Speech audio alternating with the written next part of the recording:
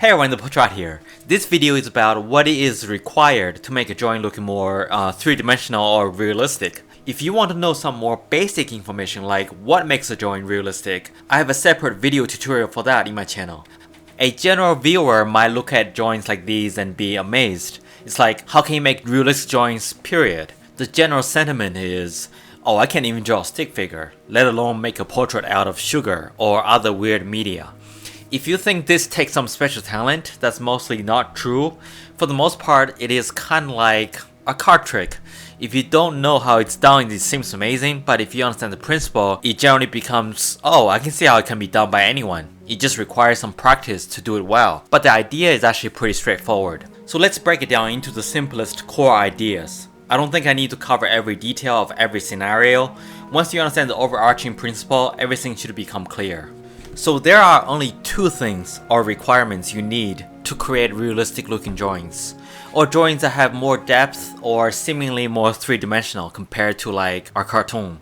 And for the sake of simplicity, let's leave color out of it, because if you have access to full color, then obviously you can create any shade or color you want. That basically satisfies one of the conditions. Alright, requirement number one, whatever the media, if you are able to create gradient or a decent range of shade, doesn't have to be from the whitest white to the darkest black, but basically if you have the means to create light tones, darker tones, and values in between, that's the first requirement.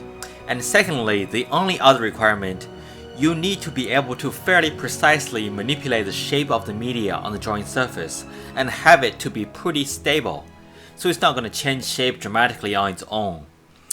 You may wonder, well, what kind of media does that? And watercolor would be one example, where unlike pencil, you can put a precise shape and tone value down, and it is not going to change by itself. But watercolor will change the shape you put down. Typically, it will expand depending on how much water you put on the paper. And typically, the color will immediately desaturate a bit since the medium is so thin.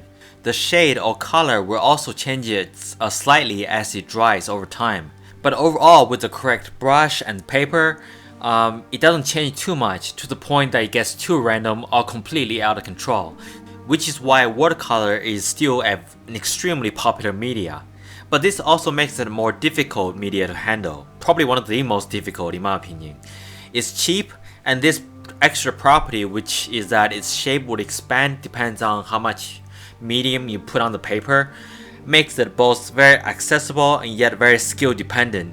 You can't even make changes if a mistake has been made. There's no eraser for watercolor. A scenario where, point number two, which is able to fairly precisely manipulate the shape of the media on the drawing surface, would not work, is actually like, let's assume you try to draw on top of water, using water as itself as like a canvas, which I actually have tried before with like oil and stuff like that, but it was just too unstable, or maybe I don't have the right medium.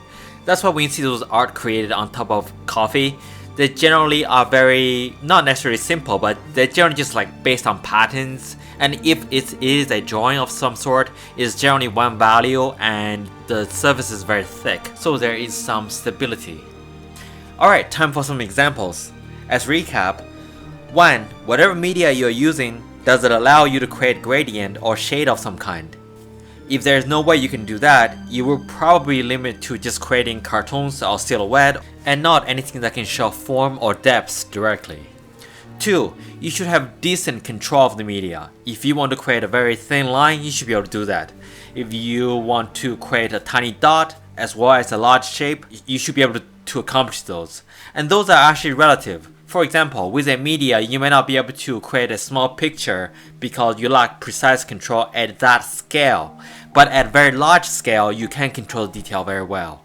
A good example would be those giant parades where you are using people as medium to create imagery. Because now relative to this giant landscape canvas, right, each person becomes like a dot. Now you can precisely control the shape of the media. For the most part though, a pencil or paintbrush accomplishes this job perfectly fine.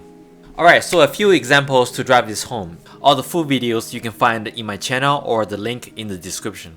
In this drawing, I used sugar, and I knew it can be done before I even did it because The two requirements are satisfied, and now you know that too. 1. I can control the tone value by how much sugar I pile onto the paper.